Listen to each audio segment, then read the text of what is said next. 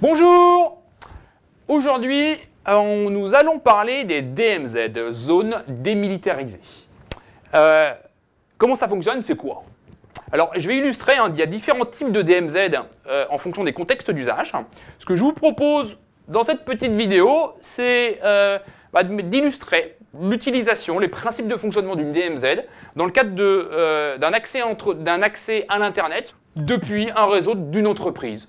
En simplifiant et en illustrant selon deux usages, la consultation, le surf sur des sites internet, et puis du trafic de messagerie, comment je reçois des mails.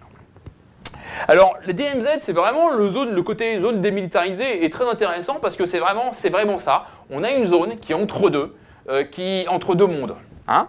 Donc, on va trouver, ici, on a le réseau, le LAN, hein, ou alors de l'entreprise, hein, son intranet.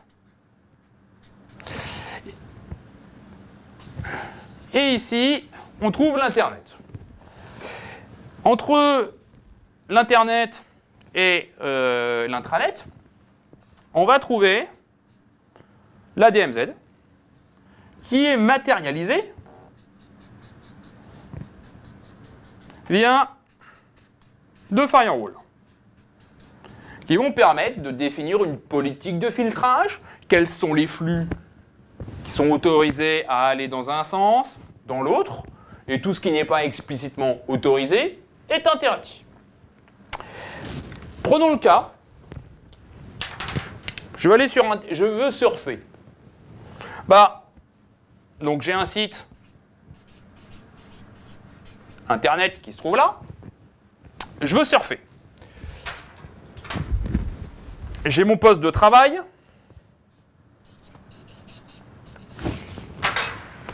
Qui se trouve ici.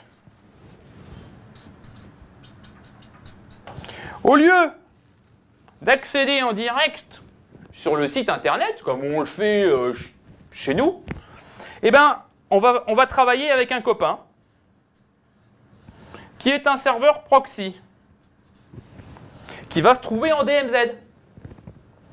Et au lieu, donc en fait, mon navigateur, de façon assez transparente dans les entreprises, va être reconfiguré pour, quand je vais faire www.toto.com, la requête va arriver au proxy. Elle va se terminer au niveau du proxy. Le proxy va analyser cette requête et va se dire oui, la requête est bonne. Et c'est lui qui va contacter le site web. Le site web va renvoyer sa page au proxy et le proxy va, par exemple, analyser son contenu, vérifier qu'il n'y a pas de virus dans ce qui a été renvoyé par le site internet. S'il n'y a pas de virus, on me renvoie la page. Donc ici, les machines qui se trouvent sur le LAN, sur l'intranet, ne sont jamais en contact avec les serveurs sur Internet. Donc ça, c'est le premier point très important. Donc si je veux m'assurer que tout ce qui se connecte à l'Internet doit être très sécurisé, je vais très sécuriser mes serveurs proxy qui sont à un seul endroit ou quelques petits endroits, un ou deux, si j'ai deux passerelles Internet. Ça va me faciliter la tâche. Premier point.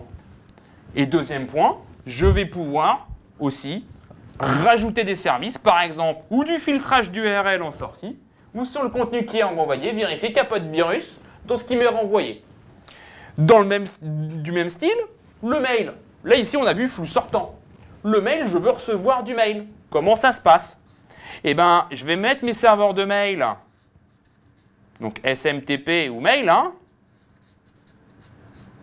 en DMZ, tout le temps. Mon mail, il arrive de l'Internet. Il est envoyé sur mes serveurs SMTP. Mes serveurs SMTP, ils mettent le mail, ils l'analysent, antivirus, anti-spam et compagnie. Et puis derrière, je vais pouvoir avoir mon poste de travail. Il va aller chercher son mail sur le serveur SMTP et il va le récupérer.